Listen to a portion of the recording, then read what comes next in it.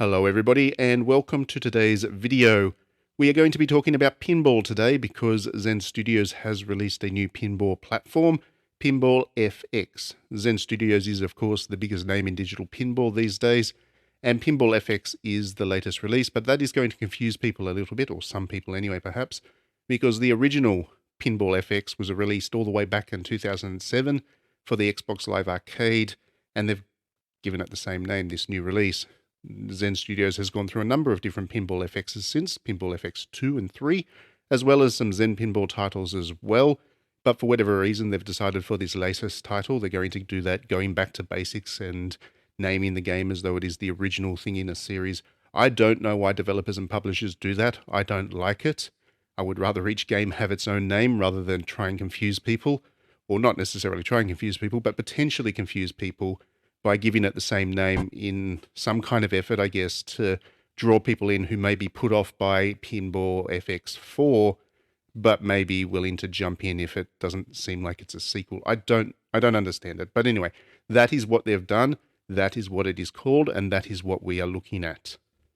Now, I am a very big fan of Zen Studios' approach to pinball, and I am a bit of an advocate for the way that they do things. I have been playing Zen Pinball for a very long time. My first title from the company came on the 3DS with Zen Pinball, and for people who remember that, that was a very humble little eShop downloadable game that had just 4 tables, but because of the 3DS's 3D capabilities, it looked like you were actually looking into a pinball cabinet. It had a really nice aesthetic, and it had online leaderboards, and it was a fairly new game on the 3DS as well, so it was just something that I ended up picking up and playing a lot, and through it I got hooked onto Zen Studios. Since then, I've played pretty much all of their tables on all of their releases. I've played the experimental ones. For example, I spent a lot of time playing Zen Pinball Pinball FX on the PlayStation VR. In fact, that's probably my most played VR game of all time because I just got really hooked onto that as well. Again, because of the experience of actually looking into a table that the VR enabled. I've also played a lot of obviously the base games, and I buy pretty much all of the tables so that I've got the full suite on each release. And I've also got into the Apple Arcade one, for example, because I don't really carry my Nintendo Switch around with me anymore. So having Zen Pinball on my Apple Arcade, on my phone via Apple Arcade, has been a nice thing as well. Basically, what I'm saying here is that I have a long history with Zen Pinball. I do love them. And of course, I jumped straight into the opportunity to play this new one, which I've been doing for a couple of weeks since it released. So it's about 3 weeks old at this point. And I've got to say, after all of that introduction, I do find this the most disappointing Zen Studios pinball release to date. And I'm saying that in the sense that it's by no means bad, and I'm sure I'm going to spend a lot of time playing it because I just do these things. But I expected more growth from the company, and this platform is actually a bit of a step back. So that's what I'm going to talk about through this video. To start with the good though, I will say that mechanically this does feel like an iteration or evolution and therefore improvement on what has come before. It does feel just that little bit smoother. It feels like the weight behind the ball and the physics is just that little bit cleaner and a little bit more accurate. It's all little bits. I'm not saying it's by any means a dramatic change, but it does feel better to play. And that may also be partly because of the controller. The PlayStation 5 controller does feel nice when you use it for flippers and stuff. But as a way of comparison, I played this back to back with the Switch, Pinball FX3, sorry. I played them back to back, and I did think that this one plays better. When there's an equivalent table across both platforms, this one does have a superior experience. It also has a bunch of new tables, which for people who've been playing Pinball FX for a long time, new tables is always a good thing.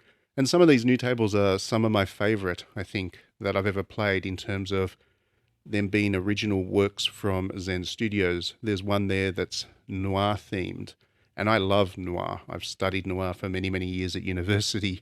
I read noir books on constant, and I like to think of myself as a very amateur noir writer. I'll never share my stories that I write in that genre, but I just love the genre, and this pinball table does capture that really beautifully. The way that the ball moves around the table, the theming, the missions that you get as you play along, and just the overall aesthetic design of it is just spot on. So there's that, and there's also a Cthulhu style one, as a fan of Lovecraft as well. Comes from pretty similar place to my love of noir, actually.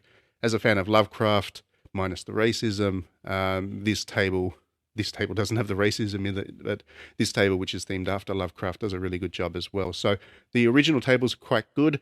It's also nice to have some of the tables that were previously, as far as I'm aware, only available on Apple Arcade on there as well. So for example, the Snoopy table, as a big fan of Snoopy, having that on a console is nice. That wasn't on my Switch, that wasn't on my PlayStation 4 version of Zen Pinball, so Pinball FX4. So it is nice to have Snoopy on a platform that I play at home. So that's the good. There is a good range of tables there.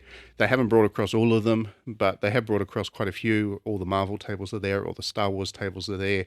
There are several tables, well, there's quite a lot of tables actually from the Williams collection when they did the kind of retro look back at a whole bunch of Williams physical tables.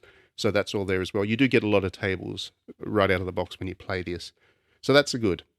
The other good thing I should mention before I get onto the bad, the other good thing is that the leaderboards are shared across all platforms. So cross-platform leaderboards, which is a very good thing because the whole point of pinball, like a big part of pinball, is competing against both your friends and then also the global leaderboards.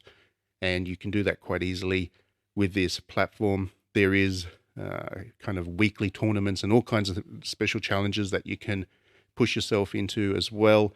So if you get into it and you get competitive, then you can spend a lot of time trying to maximize those scores and seeing if you can just get ahead of your friends across any platform. So those are the good things. There's quite a lot good there. The fundamental mechanics of Zen, of Pinball FX are actually quite good. What is bad is how much is missing from this. There is a lot of stuff from previous pinball games which is not on here, and a lot of it should be. There are some that I kind of understand would not make it from one release to the next. So for example, I'm a big fan of the Skyrim table from Pinball FX4. There was a collection of 3 pinball tables themed after Bethesda games, Doom, Fallout, and Skyrim. I wasn't a huge fan of Doom or Fallout, but I really loved Skyrim, and I spent a lot of time playing that. I would have loved to have that on this new platform. It is not there. But that one is kind of understandable. Licenses run out, and, you know, what can you do? Short of paying Bethesda a fortune to continue to license it or relicense it. They just had to kind of let it drop. And I'm used to Zen Pinball games doing that. There was a table that I absolutely loved from really early on, which was based under Ninja Gaiden, the Koei Tecmo franchise. I really loved that table, but that didn't even make it to Pinball FX4, and I kind of had to get over that. So it's not uncommon for licenses to kind of drop off these platforms, and that is understandable. But what is less understandable is the original tables that Zen Studios created themselves. A lot of those aren't on Pinball FX either. My favorite, 2, are El Dorado and Excalibur. Now, Excalibur is a Knights of the Round Table King Arthur themed table, which has been around forever. I played that on the original Zen Pinball on the 3DS. That was one of the 4 tables that was on that console, and I love that table. In fact, that was my favorite table of that. So right from the start, it's been one of my favorite tables that Zen has ever produced. It's not in here for some reason. There's no reason it can't. There's no licensing issues there. They own the table. So the fact it's not there is really annoying. The other one is El Dorado, as I mentioned.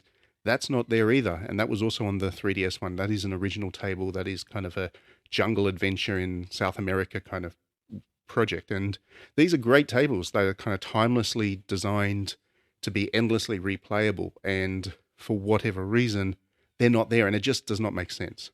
The other issue with this platform is the monetization. So it doesn't particularly bother me because I'm I'm able to afford to just kind of buy all the tables outright, but buying all the tables in one package is quite expensive, and they have lifted the price of them a little bit for this new platform.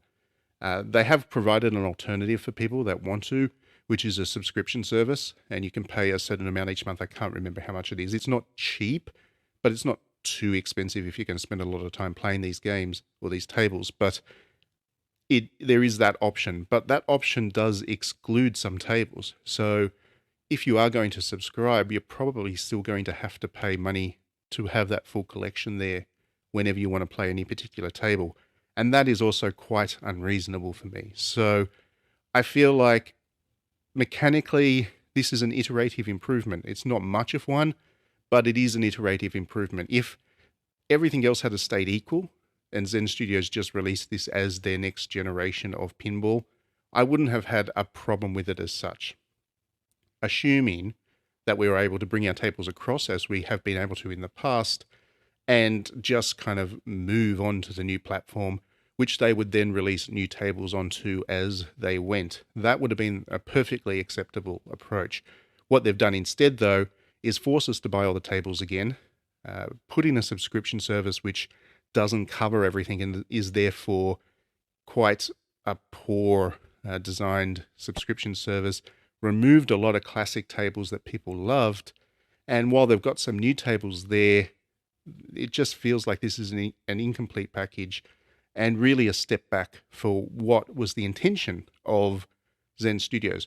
All along, the impression has been that the Zen Studios' goal is to give people a full arcade in their house, that they have just dozens and dozens of pinball tables to play, just like as if they went to the arcades of old and had this long lineup of tables to choose between and keep dropping kind of money into and keep playing for hours and hours and hours. This release does feel like that's a step back from that, and that is really unfortunate. So I'm hoping that those classic tables make it back, and it's just a delay in terms of their release. I'm hoping that somehow some of those licensed tables come as well, because not just the Skyrim one, I can't remember the name of the package, but there was a bunch of Jurassic Park tables that I would have loved, and I don't see them there either. So yeah, it's just really, really, really disappointing that so much of what made Zen Studios Pinball FX4 such a great platform that I've played for many years now, it's really disappointing that this one is a step back from that. So anyway, that's enough for this video. Let me know your own thoughts in the comments. Do you like the new tables?